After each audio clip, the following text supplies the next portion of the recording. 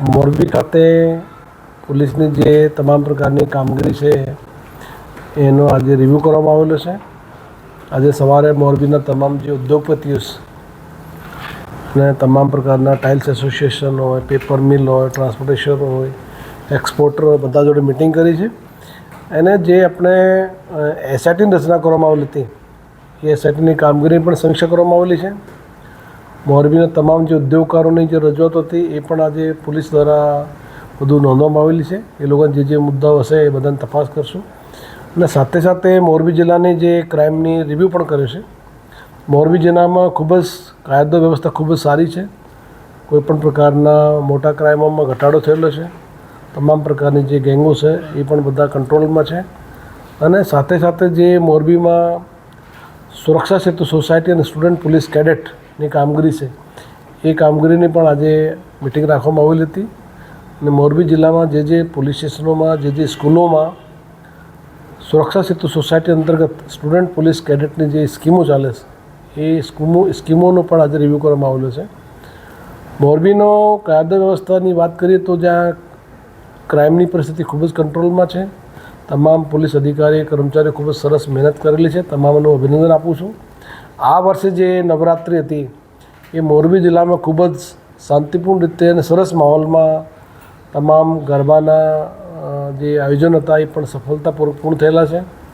આખા મોરબી જિલ્લામાં કોઈપણ પ્રકારના નવરાત્રિ દરમિયાન કોઈપણ ઇસ્યુ આવેલ નથી. તમામ પબ્લિક અને પોલીસનો જે સહકાર છે એ મોરબી જિલ્લામાં ખૂબ સારો છે. અને અમારા પોલીસ અધિકારીઓ કર્મચારીઓ તમામ પ્રકારની કામગીરી માટે તૈયાર છે.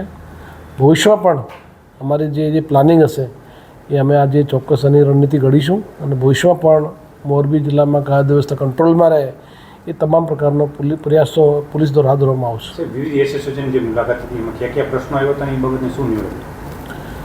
મોરબીમાં આજે જે તમામ જે ઉદ્યોગકારો હતા, બીજા જે એસોસિએશન હતા, તમામની મિટિંગ કરવામાં આવેલી હતી.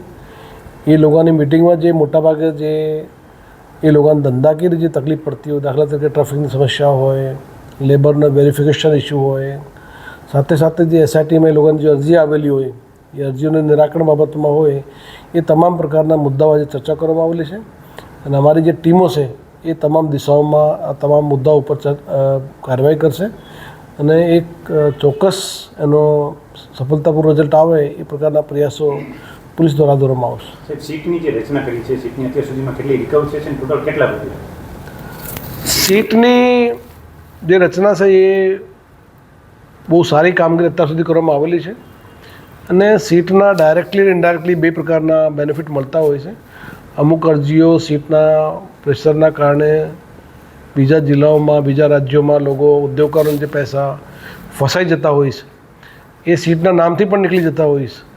એટલે આજે જે રિવ્યૂ કરવામાં આવેલો છે એમાં લગભગ 9 કરોડ જેવા પૈસા લોકોના રિકવર કરવામાં આવેલા છે. અને અમારી જે ટીમો છે એ તમામ જે બીજા અરજીઓ છે એના ઉપર પણ અત્યારે કામગીરી કરે છે. એટલે ભવિષ્યમાં પણ એમાં બીજા જે લોકોને પૈસા રિકવર થશે એનો પણ ફાયદો મળશે. ટોટલ કેટલી અરજી હતી અને કેટલી અરજીનો નિકાલ થયો છે? અરજીઓ અમે દરરોજ ચેન્જ થતી હોય છે. દરેક મહિનામાં અરજીઓ અલગ અલગ પ્રકારની આવતી હોય છે. જે પોલીસની અલગ અલગ જે ટીમો હોય એ કામગીરી કરતી હોય છે. એ પ્રકારે અરજી જે આવતી એનું કામ કરતી હોય છે. અને રિકવરીનો રેશિયો પણ પોલીસ દ્વારા આમ રાખવામાં આવતો હોય છે. અત્યાર સુધી લગભગ જે 3 વર્ષનો ફિગર છે એમાં અલગ અલગ પ્રકારની 106 અરજીઓ આવેલી છે. એમાં લગભગ 39 જેવી અરજીઓ નિકાલ કરવામાં આવેલો છે. અને બાકી જે અરજીઓ છે એનો કામગીરી ચાલુ છે. ભવિષ્યમાં પણ લોકોને પણ અપીલ કરું છું કે કોઈને એસઆઈટીનો સંપર્ક કરવો હોય તો અમારી ટીમનો સંપર્ક કરી શકે છે. અને અમે પબ્લિક સાથે એક ઉદ્યોગકારને કોઈ તકલીફ નહીં પડે એ પ્રકારની દિશામાં મોરબી પોલીસ કામગીરી હાથ ધરશે. ખાસ કરીને સાહેબ મોરબી જિલ્લામાં કાયદો વ્યવસ્થા સારી છે, પરંતુ જે જમીન કૌભાંડ થઈ રહ્યા છે તેમાં ફરિયાદ લેવામાં ક્યાંક ને ક્યાંક પોલીસ પીછેહટ કરતી હોય એવા ઘણા બધા પ્રશ્નો સામે આવ્યા છે. મોરબીમાં અમારી જે ટીમો છે એ ખૂબ સરસ કામગીરી કરે છે. તેમ છતાં લોકોને કોઈ રજૂઆત હોય, કોઈને કોઈ મુદ્દો હોય તો અમારા એસપી પણ અહીંયા નવા આવેલા છે. એને એસપી સાહેબને પણ મળી શકે છે. તમામ જે મારા પોલીસ સ્ટેશનોમાં પણ અધિકારીઓ જે કામગીરી કરતા હોય, કોઈ પણ ડીવાયએસપીને અને અમારો જે કંટ્રોલ રૂમ નંબર છે એનો પણ કોન્ટેક્ટ કરી શકે છે. અમારા તમામ અધિકારીઓ કોઈપણ પ્રકારની ફરિયાદ લેવા માટે તૈયાર છે. અને કોઈપણ પ્રકારની રજૂઆત હોય તો એનું નિરાકરણ આવે એ દિશામાં પોલીસ કામગીરી હાથ ધરશે. ઉદ્યોગકરોની મેઇન જે છે ટ્રાફિકની સમસ્યા હોય છે. દરરોજ ટ્રાફિકમાં 2 થી 3 કલાક પસાર થાય છે. ટ્રાફિકના નિવારણ માટે આપણે કોઈ આયોજન કરાય? ટ્રાફિકના નિવારણ માટે અલગ અલગ પ્રકારના આયોજન કરવામાં આવેલા છે, જેમાં કોર્પોરેશન સાથે મિટિંગ કરી અને જે જગ્યાએ દબાણ હોય એ દબાણો પણ પોલીસ દ્વારા સહયોગના કારણે અને કોર્પોરેશનની મદદથી આ દબાણો પણ દૂર કરશે.